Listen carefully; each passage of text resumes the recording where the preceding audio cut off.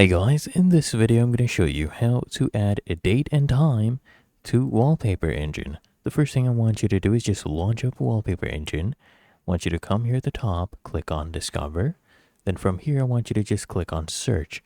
And I want you to just go ahead and type in date and then time. Hit enter on your keyboard.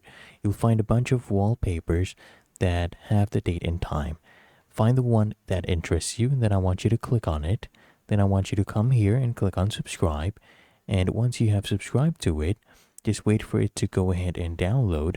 And once that is done, you're able to just come down here, scroll down, click here on apply to all wallpapers, and then come here and click on OK. And then if I come back to my desktop and show you, as you can see, it has updated. And that is how to add date and time to Wallpaper Engine. If you found this helpful, make sure you smash that like button and subscribe to the channel. It really helps me out as well.